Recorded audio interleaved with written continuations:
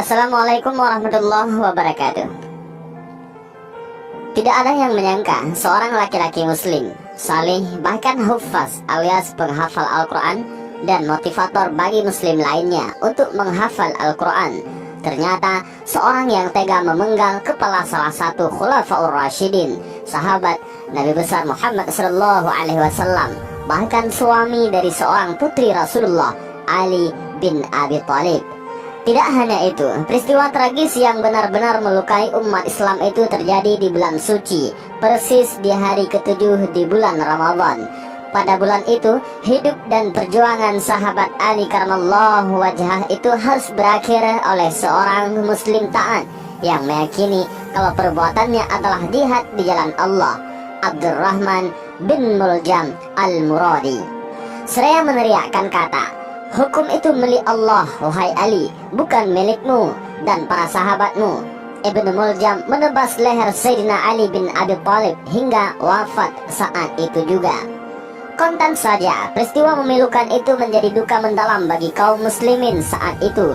Siapa yang tidak sedih nyawa sahabat pilihan yang telah dijamin oleh Rasulullah SAW menjadi penghuni surga itu hilang di tangan seorang saudara sesama muslim. Sayyidina Ali bin Abi Thalib, menantu Rasulullah SAW itu terbunuh di bawah pekikan takbir dengan mengatasnamakan hukum Allah dan demi surga yang ia yakini hanya milik jihadis sepertinya. Tidak hanya itu, ayat Al-Quran yang suci juga disertakan saat Ibnu Muljam menghabisi Sayyidina Ali. Saat itu, ia melakukan aksi biadabnya dengan tidak berhenti melafalkan surah Al-Baqarah ayat 207. "Wa minan nasi may yashri nafsahu batigha'a mardatillah wallahu ra'ufun bil ibad." Dan di antara manusia ada orang yang mengorbankan dirinya karena mencari keridhaan Allah, dan Allah Maha Penyantun kepada hamba-hambanya. Dengan mengatasnamakan agama dan keyakinan Ibnu Muljam telah menjadi seseorang pembunuh berdarah dingin. Sedikit pun ia tak ragu untuk menghabisi nyawa sang khalifah. Maka atas aksinya Ibnu Muljam harus membayar mahal dengan hukuman qisas yang harus diterimanya. Pembunuh Ali bin Abi Thalib itu kemudian dieksekusi mati dengan cara qisas. Proses hukuman mati yang dijalankan terhadap Ibnu Muljam juga berlangsung dengan penuh drama. Saat tubuhnya diikat untuk dipenggal kepalanya, dia masih sempat berpesan kepada Al-Gojo, "Wahai Al-Gojo, janganlah engkau penggal kepalaku sekaligus, tetapi potonglah anggota tubuhku sedikit demi sedikit, hingga aku bisa menyaksikan anggota tubuhku disiksa di jalan Allah."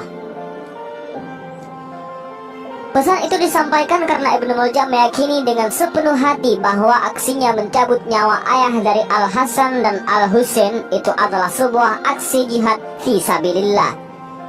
Keyakinan itulah yang telah menyebabkan seseorang sahabat terbaik, khalifah, bahkan menantu Nabi Muhammad SAW gugur di ujung pedang seorang muslim demi meraih surga dari jalan jihad yang diyakininya. Kisah terbunuhnya Sayyidina Ali bin Abi Thalib di tangan seorang muslim yang taat, soleh, istiqamah, puasa Senin Kamis, bahkan seorang hufaz menyadarkan tentang kebenaran hadis Rasulullah SAW, yaitu akan keluar dari umat ini. Beliau tidak mengatakan di antaranya, "Sesuatu kaum yang kalian menganggap remeh salat kalian dibandingkan salat mereka. Mereka membaca Al-Quran namun tidak melewati kerongkongan mereka. Mereka keluar dari agama bagaikan anak panah yang keluar dari busurnya." Hadis riwayat Bukhari. Ibnu Muljam adalah potret nyata yang terjadi pada sebahagian umat Islam di era modern ini. Pada masa ini, generasi yang mewarisi Ibnu Muljam itu giat memprovokasikan untuk berjihad di jalan Allah dengan cara memerangi dan bahkan membunuh nyawa sesama kaum muslimin. Ibnu Muljam dikenal sebagai sosok laki-laki yang saleh, zahid, bertakwa, istiqomah, puasa Senin Kamis, dan mendapat julukan Al-Makkori. Sang pencabut nyawa Sayyidina Ali itu seorang hufaz alias penghafal Al-Quran dan sekaligus orang yang mendorong sesama muslim untuk menghafalkan kitab suci tersebut. Kesalehan dan kecerdasan Ibnu Muljam mendapat apresiasi dari Khalifah Umar bin Khattab, sehingga ia pernah menugaskan Ibnu Muljam ke Mesir untuk memenuhi permohonan Amr bin Aish untuk mengajarkan hafalan Al-Quran kepada penduduk negeri Mesir itu. Atas kehebatannya, sampai-sampai Khalifah Umar bin Khattab menyatakan, "Abdurrahman bin Muljam, salah seorang ahli Al-Quran yang aku prioritaskan untukmu ketimbang untukku sendiri. Jika ia telah datang kepadamu, maka siapkan rumah untuknya untuk mengajarkan Al-Quran kepada kaum muslimin, dan muliakanlah ia, wahai Ammar bin Ash, kata Sayyidina Umar kepada Ammar bin Ash dalam suatu kesempatan. Namun sayangnya, meskipun Ibnu Muljam seorang hafiz Al-Quran dan ahli ibadah, tapi semua seperti tiada guna karena ia mati dalam keadaan su'ul khotimah, mati di tangan Al-Gojo dengan membawa akidah yang salah. Hidup Ibnu Muljam berakhir dengan tidak membawa iman dan Islam akibat kedangkalan ilmu agama yang dimilikinya. Afiliasinya kepada sekte Khawarij telah membawanya terjebak dalam pemahaman Islam yang sempit. Padahal terhadap sekte ini Rasulullah SAW sudah menegaskan untuk melawan dan memusnahkannya. Akan tumbuh para pemuda yang membaca Al-Quran, akan tetapi Al-Quran itu tidak melewati kerongkongan mereka. Setiap kali kelompok dari mereka muncul, maka mereka pantas untuk dihancurkan. Ibnu Umar berkata, aku mendengar Rasulullah SAW berkata, setiap kali sekelompok dari mereka keluar, maka mereka pantas untuk dihancurkan. Lebih dari 20 kali hingga Dajjal keluar di dalam kelompok terakhir. Gambaran tentang sosok yang mengklaim surga adalah miliknya dengan membabi buta sehingga muslim lainnya dianggap kafir, tercermin dalam diri Ibnu Muljam. Karena pemahaman agama yang dangkal, Al-Quran hanya dilafalkan di mulut dan kerongkongannya, menyebabkan ia tak ragu melakukan perbuatan yang bertentangan dengan nilai-nilai luhur agama Islam, membunuh salah seorang sahabat Rasulullah SAW dan bahkan keluarga Rasulullah dengan alasan membela agama Allah dan Rasulullah. Sungguh ironi dan sangat menyedihkan mendengarkan sejarah berdarah tersebut, diakui atau tidak. Saat ini di mana-mana telah terlahir generasi-generasi baru Ibnu Muljam yang bergerak secara masif dan terstruktur. Mereka adalah kalangan saleh yang menyuarakan syariat dan pembebasan umat Islam dari kesesatan. Mereka menawarkan jalan kebenaran menuju surga Allah dengan cara mengkafirkan sesama muslim.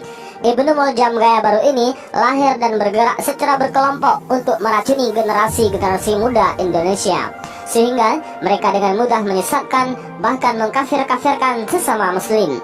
Mereka dengan enteng menyesatkan kiai dan ulama. Parahnya, sikap seperti itu mendapat dukungan dari generasi yang belum banyak memahami Islam secara utuh. Raut wajah mereka memancarkan kesalehan yang bahkan tampak pada bekas sujud di dahi. Mereka senantiasa membaca Al-Quran di waktu siang dan malam.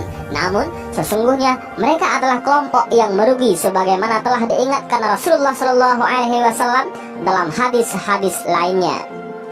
Kedangkalan dalam memahami agama, kejumudan dan berfikir dan memahami Al-Quran dan hadis mengakibatkan mereka selalu merasa paling benar, bak pahlawan. Mereka merasa paling berjuang membela kepentingan agama Islam, padahal hakikatnya mereka sedang memerangi Islam dan kaum muslimin. Membunuh sambil bertakbir, merasa paling Islam sambil tak henti menyebar kebencian. Saat ini kita menyaksikan bagaimana negara-negara Islam sedang mengalami kehancuran karena ulah para generasi Ibnu Muljam itu. Irak, Suriah, Libya, Yaman, dan lainnya, porak-poranda berawal dari perasaan diri dan kelompoknya paling benar, sementara yang lain kafir hingga darahnya dihalalkan.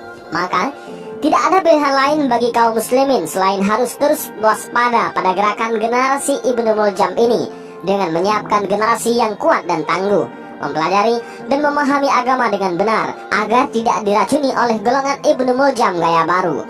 Islam itu agama cinta damai, Islam itu agama rahmatan lil alamin, Islam itu merangkul dan bukan memukul, Islam adalah agama yang ramah, bukan agama yang marah, Islam adalah agama yang rahman, bukan penyebar ketakutan. Mudah-mudahan kisah singkat ini, yaitu kisah tentang terbunuhnya Sayyidina Ali oleh Ibnu Muljam yang merupakan salah seorang pemuda saleh, mudah-mudahan kisah ini bermanfaat. Wallahu a'lam bishawab. Assalamualaikum warahmatullahi wabarakatuh.